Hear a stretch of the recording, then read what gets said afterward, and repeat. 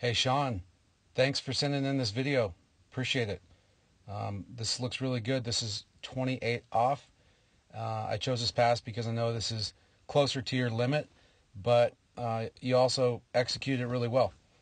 Before I get into it, I'm going to let it play through so we can watch it through one time before I start dissecting. But the two main items of feedback I have are, one is a fundamental from the water ski pyramid, and the second one is more of a timing or a rhythmic tip. So let's watch this through first, and then we'll get into some of the analysis.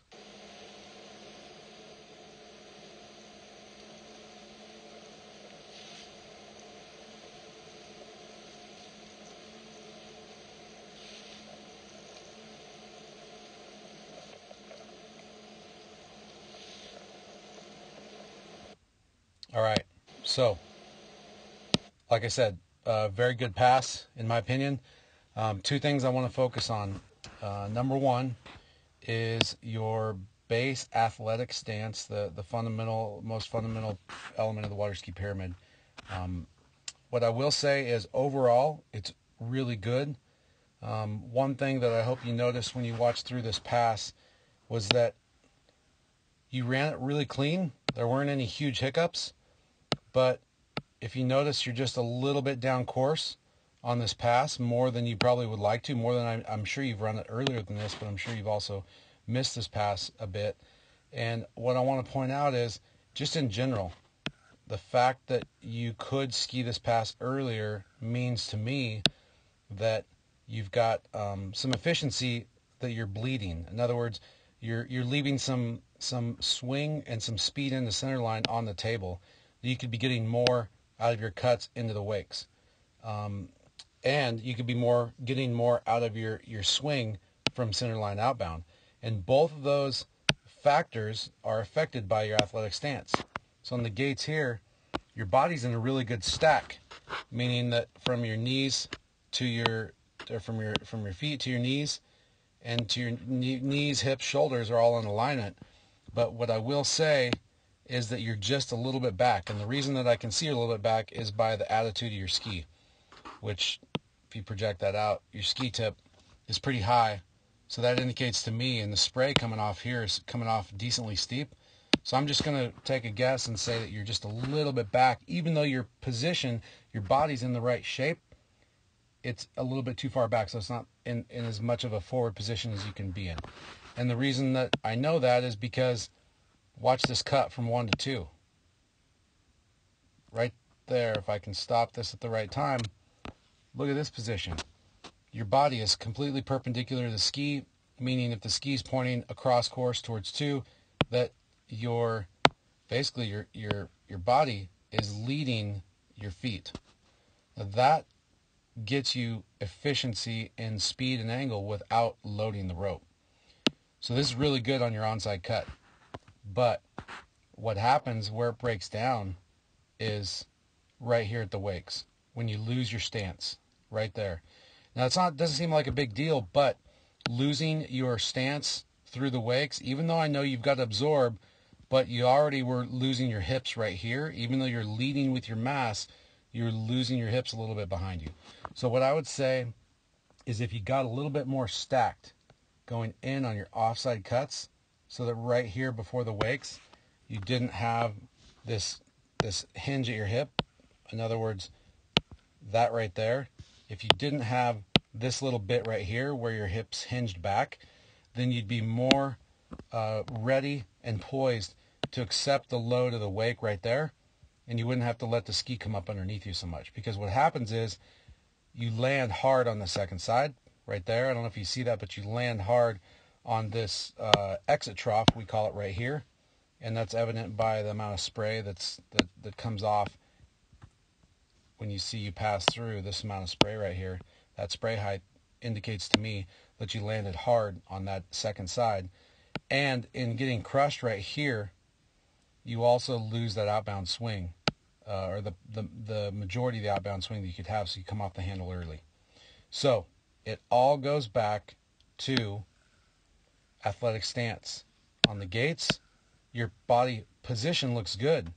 There's not a huge kink in your hips, your butt isn't back per se as much as it is on that onside cut. You have a little bit right there, but it's pretty good. Just what I'd like to see is I'd like to see that body placement just a little bit further forward here.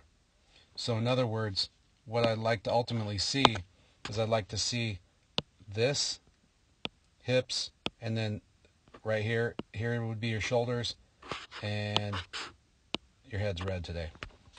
I know that's an exaggeration, but a little bit more of that would get you an incredibly, a lot more, significantly more speed into the wakes, and you'd have actually end up with a lot more space before this buoy right here at 1, and that just would carry you through the course. On the onside, you're leading your body good. Your stack overall, your body's in the right place, but your body's in the wrong shape, if that makes sense. So we got kind of two different things. One on one side, on your offside cut, you're stacked, but you're too far back. On your onside cut, you're in the right spot with your body perpendicular to your ski, but you're in the squat position. And so both sides, I think if you clean up both sides, just subtle moves, small moves, that's going to make a big overall impact on your 28 off passes. Again, let's remember, the goal is to just ski a little bit more up course with a slightly tighter line. You've got a great line into and out of 1, but because of this right here, getting crushed through the wakes, and then having to come off the handle early to bleed some speed because you're going straight at the buoy, now you end up with a little loose line out of 2, and then a late acceleration. It's not bad, but again, if you're just a little bit more forward on that cut, you'd end up with a little bit more space before 3. You got a killer 3. Onside's awesome. Again, the problem is because you turned it so hard and good, you end up squatted right here. And then you end up just a little fast and narrow at 4 because of it. So it all goes back to, like we talked about with some of those better skiers that I've analyzed before, some of the best skiers in the world, they're able to come out of a turn, like say 3, and even if they have a big turn, I know it goes blurry, but by the first whitewater, their hips are already up, they're already stacked, and they're already in an athletic stance so that they can receive the loads and swing outbound instead of having to absorb the load right there and be pulled more directly towards the buoy because of it. So it always goes back to athletic stance, and I think the only other thing I want to mention, and this is a subcategory, let's go back to the beginning, but one thing I'll say is you're phenomenal on controlling that outbound swing, right? You don't rush to the inside edge too much, but you could go ahead and let your ski swing away from your body just a little bit sooner. So what I'm talking about is this angle right here. You could let that angle happen just a little sooner. So 51 degrees there, maybe you could be at 51 degrees here. Because what happens is you end up just a little bit down course, and you could start everything sooner on letting your feet swing away from the handle. So in other words, this is just a tempo issue or a rhythm issue. It's not a fundamental body position or mechanics change that I'm looking for. So 2 things: athletic stance, both on the offside and the onside cuts. The offside cut, we're looking at just trying to use that same body shape, but get it in a little bit better position.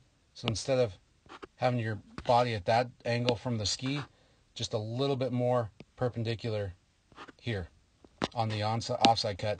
On the onside cut, you're killing it on the acceleration phase. You're leading with your body great here, but you're just a little kinked on most of your onside cuts, where from your knees to your hips, you have a back component. So you're squatting just a little bit. And then of course the tempo issue, or the tempo change coming into each buoy, letting the feet swing just a little sooner out so that you can come right back in a little sooner. Overall, it's good stuff. Hopefully it's not too cold up there in Canada to get a few more sets in before year's end.